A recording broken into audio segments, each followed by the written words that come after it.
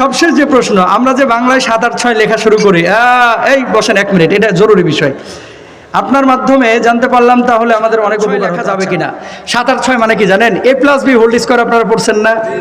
এই যে গণিতের যে সূত্র, এর মান এত, বি এর মান এত, সি এর মান এত, এরকম আরবি যে হরফগুলো এটার এক একটা মান আছে, গবেষকরা বের করেছেন। তো বিসমিল্লাহর পুরো মানটা যোগ করলে বাইরের একটা মান আছে, সিনের মান আছে, মিমের মান আছে, এই মানগুলো বের করলে হয় 7, 8, 6। আমি অনেকদিন আগে বলেছিলাম যে ভারতের এরাও দাবি করে যে হরে কৃষ্ণ মানে 7, 8, 6, আবার বাংলাদেশের এরা বলে বিসমিল্লাহ মানে 7, 8, 6। আরব বিশ্বে কোনো জায়গায় এই 7, 8, 6 পাবেন না, খালি উপমহাদেশে পাবেন। আমরা সন্দেহ করি যে এটা মনে হয় এই দেশ থেকে আইছে, হয় ইরান অথবা ভারত, পাকিস্তান, এই সমস্ত দেশ থেকে।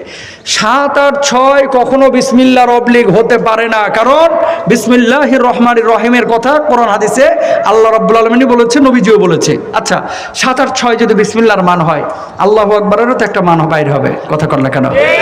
তো আল্লাহু আকবারের মান ধরেন 314, সামি আল্লাহু লিমান হামিদার মান হচ্ছে 316, সূরা ফাতিহারও আমি একটা মান বাইর করতে পারবো, ধরেন এটার মান হচ্ছে 312।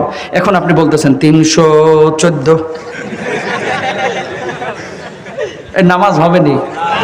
এখন সূরা ফাতিহার জায়গায় আপনি সূরা ফাতিহা না পড়ে বলতেছেন 312, 315, রুকুতে চলে গেলেন।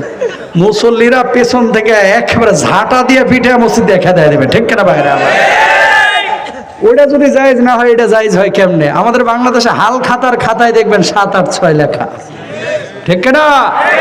তো 7, 8, 6 না বলে আমরা বলবো বিসমিল্লাহির রহমানির রহিম, ইনশাআল্লাহ বলেন।